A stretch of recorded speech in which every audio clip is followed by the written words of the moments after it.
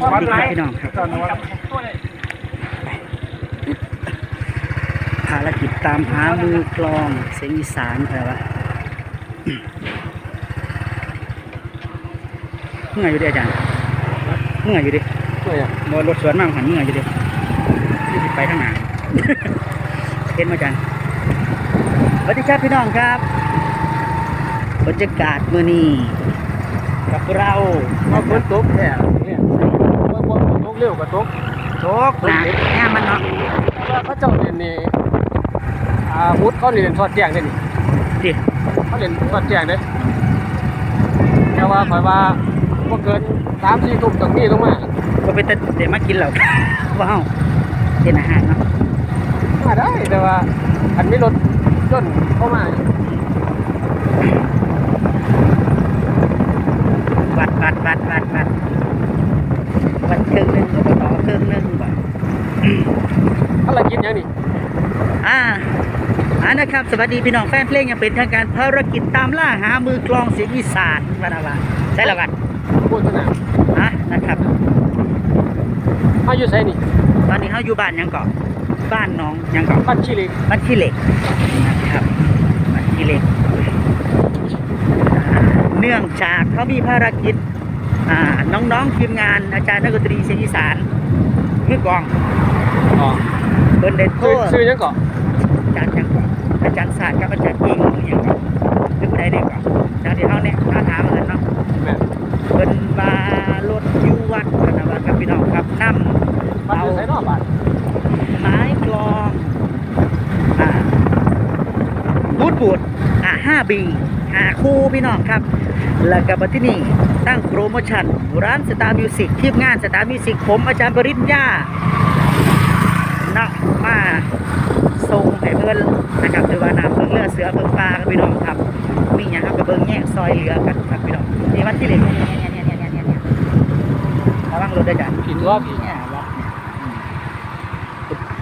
ระวังรถเด้อเนี่ยบรรยากาศพี่น้องครับเขากำลังผ่านสิบแปดข้าสิเขาวัดเนาะสิเขาวัดไปยังก่อนไปบวชประจันหน่วยบวชหัวมาหน้าตัดกิเลสคนไหนอยู่ว่าตะยานเนี่ยตัดหายังตัดไม่ได้นี่ครับที่แรกว่าจะเอารถยนต์มาออกว่าได้ครับติดลมจากป่าไม่ได้จากป่าไม่ได้นะครับรถยนต์เราเงี้ยหมดที่บ้านเดียวเด็กก็บ้านมันจะเป็นตะยานเนี่ยใช่แหละรถสีชมพูโมเมนต์ดึกตัวหลอกกันดอกบ้านเดียวดีฮะมันออกไปละมั้งอาจารย์มาสวนกันเนาะโอ้ยถึงว่านำฮะอยู่นี่ก็เบิดน้ำมันทิมทนเนี่ยเว้ยตายละโอ้เนี่ยออกไปแล้วสีชมพูโมเมนต์คนละวัดวัดขี้เหล็กวัดใหญ่พระตัวห้องประจักษ์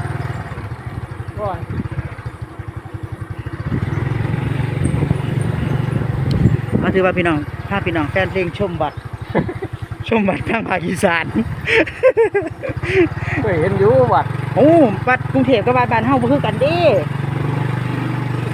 แม่นบ่การเลี้ยวซ้ายออกไปหาหมอลำพุ่นล่ะน้ำหาวัดอยู่นี่อยู่ในหมอลำเอามือกองมาส่งไม่กองมาส่งพระผัดวะกองมันไม่ตีกองเพี้ยนดิมันไม่ตีกองเพี้ยนไม่ตีกองสุดโอ้ยของเขายี่ห้อบางอย่างคักไม่เนี่ยเดี๋ยวพี่น้องเนาะเอาให้พี่น้องแฟนเพลงเบิ่งบรรยากาศในหมู่บ้านเฮาเนาะโอ้หน่วยดีบ้านเอียนเว้ยอุ้ยไปได้เนาะเอาไปพี่น้องถามว่าที่จังหวัดมาจอดถามคนบ่ถามคนในเขาบอกในมันน้ำสีอีสานบ่แล้วถามมาวัดที่จังหวัดอยู่นี่ว่ามันเขาไปนอนวัดบ้านเฮาบ่นี่อีกวัดนึงบ่ที่เขาลงไปบ่ล่ะอันนี้วัดขี้เหล็กในที่จะไม่วัดขี้เหล็กนอกอยู่บ่ไปเร็วก็มาสร้างหัวมัน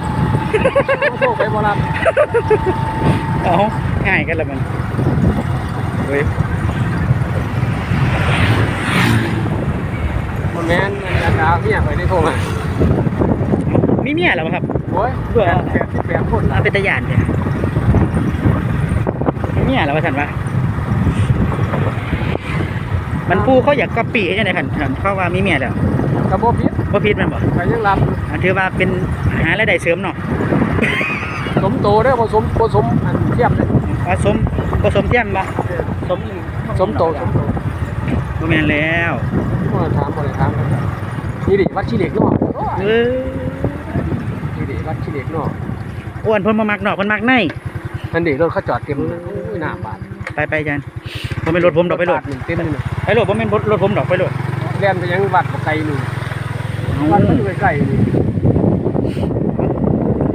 ใส่บัตร นี่ตรงโค้งนี่ก็เดินรถที่ชมพูจอดอยู่นี่ เท่านั้น โอ้ยมี2 วัดบาทใด เพิ่นบ่มัก